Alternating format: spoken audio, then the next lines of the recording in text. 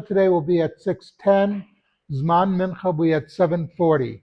Tomorrow morning, Rosh Chodesh, we're davening at 6 upstairs. Now for a quick Devar Torah. In this week's Parsha, we finally, after all this time in the Torah, we finally get to the laws of kings.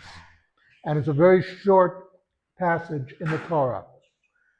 The laws for kings is very interesting. First, the king has to be from among your brethren, meaning he has to be Jewish. You can't have a situation that you had in Europe where they would import a king, like the English imported the Hanoverians to be the kings when they needed a king and they didn't have anybody seemingly from the royal line, so they brought in these Germans. King George III was the first of the Hanoverians. I'll say it right one of these days. They were from Hanover. He was the first of that line who actually could speak English. The Russian czars, by the way, a lot of them couldn't speak Russian. They would speak either German or French. Whereas the Jewish king had to be Jewish. He had to be from among your brethren. Second, and the other rules are he can't have too many wives, can't have too many horses, nor can he acquire too much money as king. And when you look at it, they seem like, what's all this about? Well, the thing about the wives, there's two problems. One is if the wives were not from among Israel, they would lead him astray into idolatry. Remember that the way in those days that a treaty was agreed to, was sealed, was the daughter of one king would marry the other king. You are limiting his power to make treaties. That he just can't make a treaty just because he wanted to. And so that's one thing. About the horses, you have to remember something important about the ancient world. The tank of the ancient world was the chariot. In order to pull the chariot, you need horses. You're limiting the size of the army that the king could have. It's well known that in history, one of the reasons England was spared the type of royalty that was in France, Spain, etc., was there was no royal army. The king did not have an army. Okay?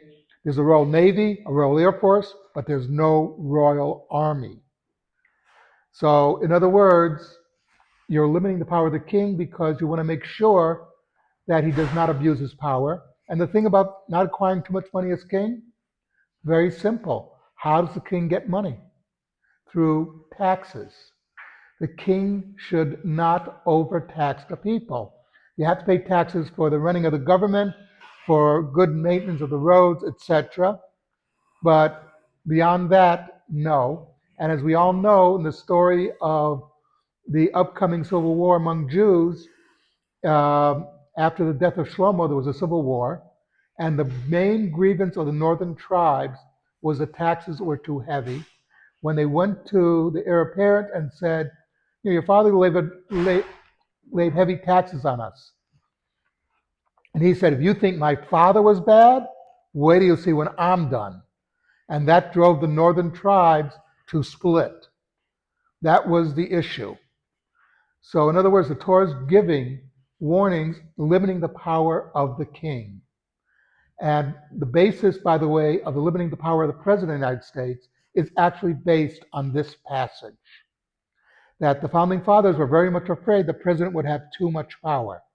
So that's why they limited.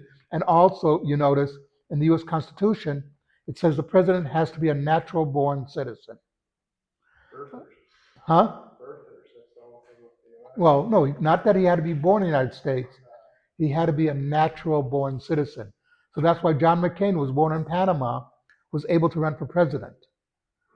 Because even though he was born in a foreign country, his father was in the military. Or George Romney, if those of you are old enough to remember, like me, was born in Mexico City. His parents were there as missionaries for the Mormon Church. But he was a natural-born citizen. Well, we won't get into that. But thinking that this is something about limiting the power of the king is something to think about. Kaddish Rabbanim.